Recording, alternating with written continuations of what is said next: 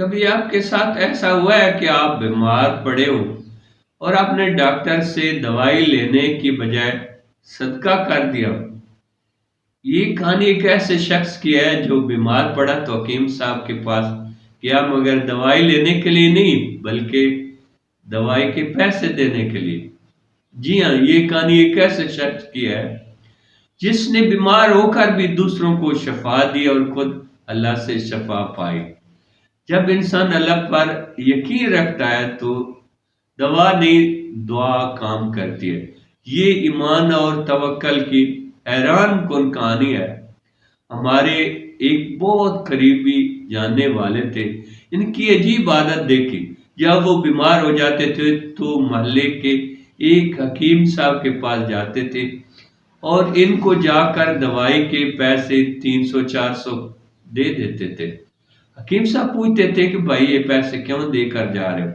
تو وہ کہتے یہ میں اس لیے دے کر جا رہا ہوں کہ اگر آپ کے پاس کوئی ایسا غریب آئے جو دوائی کے پیسے نہ دے سکتا ہو تو آپ ان پیسوں سے اس کو مفت دوائی دے دیں تاکہ اس کا علاج ہو سکے۔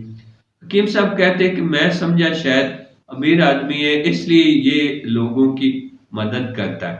تو ایک دن میں نے پوچھ لیا تو پتہ چلا کہ نہیں بھائی، ان کے تو اپنے بھی معاملات بہت ٹائٹ ہیں۔ پتہ چلا کہ وہ صاحب ایسے تھے کہ جب وہ بیمار ہوتے تھے تو اپنے پیسے حکیم صاحب کو دے دیتے تھے۔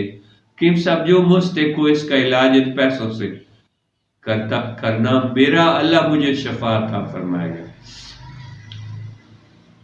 اور واقعی ایسا ہوتا تھا کہ وہ ٹھیک ہو جاتا تھا، اللہ اسے شفا عطا فرماتے تھے۔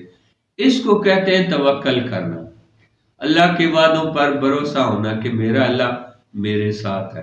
اگر میں اس کو راضی کروں گا تو وہ میرے کاموں کو سنوار دے گا۔ اللہ پر یقین رکھنے والا کبھی محروم نہیں رہتا۔